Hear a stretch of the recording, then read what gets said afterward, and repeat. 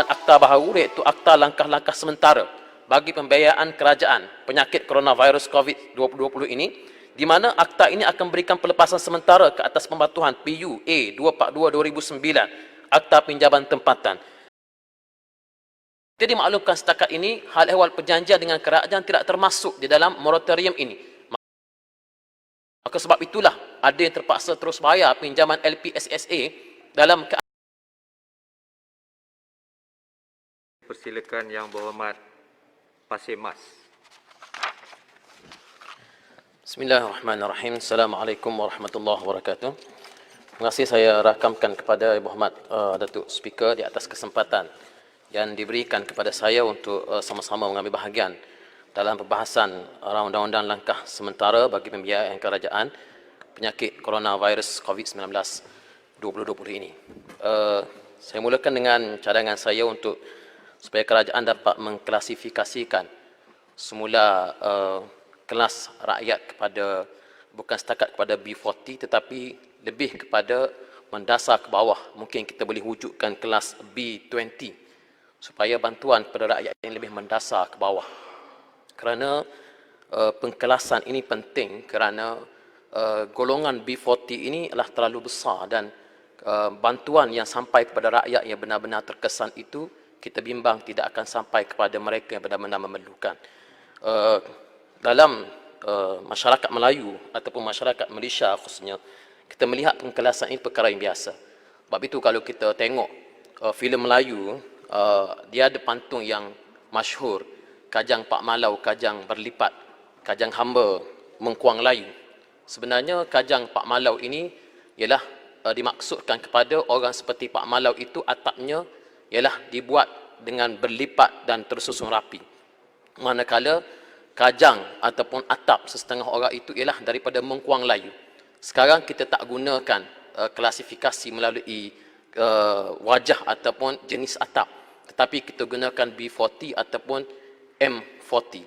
Jadi saya maksudkan bahawa kelas-kelas ini perlu untuk dikaji semula kerana kelas B40 itu saya nampak adalah sudah tidak agak praktikal dengan situasi yang ada pada hari ini kerana B40 itu jumlahnya terlalu luas.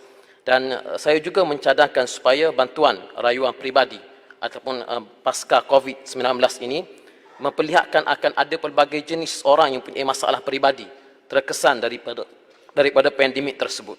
Kemungkinan juga yang terkesan ini adalah daripada B40, M40, malah juga T20. Dan bantuan-bantuan seperti ini haruslah lebih tersasar kepada mereka yang memerlukan. Begitu juga golongan ibu tunggal. Bukan setakat bersifat one-off RM300 Malaysia menerusi penjana, tetapi lebih daripada itu mereka perlu diberikan perhatian kerana golongan ibu tunggal ini adalah merupakan golongan yang sangat-sangat terkesan akibat mereka terpaksa untuk nak menanggung keluarga mereka keseorang diri tanpa bantuan daripada suami yang sepatutnya menjadi tonggak dalam keluarga mereka. Begitu juga golongan mahasiswa. Apakah pakej ataupun rancangan kerajaan yang merangsang galakkan memulakan peniaga maya daripada KPT supaya mahasiswa yang grad daripada universiti setiap tahun, yang telah saya sebutkan dalam ucapan saya pada minggu lepas, bahawa setiap tahun akan ada lebih kurang 200,000 ke 300,000 mahasiswa yang akan bergraduasi dalam first degree.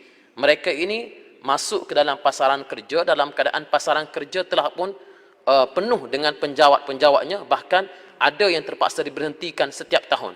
Kemanakah mahasiswa ini dapat menceburkan diri mereka dalam keadaan suasana kerja pun sudah penuh dengan penjawatnya, penjawat awam pun sudah pun dipenuhi dengan jawatan-jawatan yang tak boleh dimasuki oleh mereka yang fresh graduate. Jadi tidak ada cara lain melainkan mereka perlu untuk memulakan perniagaan. Bantuan kepada mahasiswa yang boleh memulakan perniagaan ini, khususnya dalam gig ekonomi sebagai contoh, hendaklah diperkasakan lagi. Insentif untuk pelajar sekolah, bantuan makanan kanak-kanak keluarga B40 di sekolah. Rata-rata pelajar berkeluarga B40 juga akan terkesan hasil daripada pandemik ini.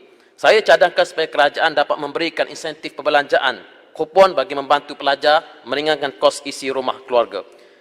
Datuk Idi Pertua, begitu juga dengan cadangan supaya diwujudkan akta baharu iaitu Akta Langkah-Langkah Sementara bagi pembiayaan kerajaan penyakit coronavirus COVID-20 ini, di mana akta ini akan memberikan pelepasan sementara ke atas pembatuhan PU A242/2009, Akta Pinjaman Tempatan. Saya ucap terima kasih di atas langkah kerajaan perkenalkan moratorium.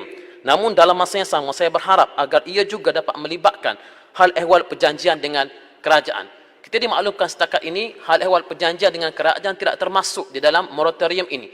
Maka sebab itulah ada yang terpaksa terus bayar pinjaman LPSSA dalam keadaan pinjaman-pinjaman dengan bank dan sebagainya, mereka diberikan pelepasan di atas alasan gaji mereka terus berjalan.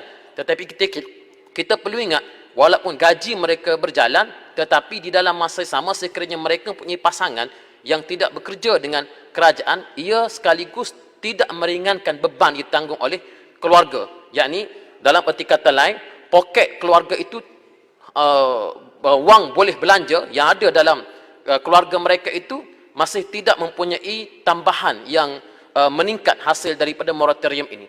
Itu juga menjadi alasan. Sebagai contoh, ada orang yang memiliki kedai atau memiliki rumah sewa dan sebagainya disewakan kepada penyewa-penyewa, mereka memberikan alasan sewa ini perlu dibayar kerana rumah ini dibeli hasil daripada pembiayaan LPSSA. Ia menjadi alasan.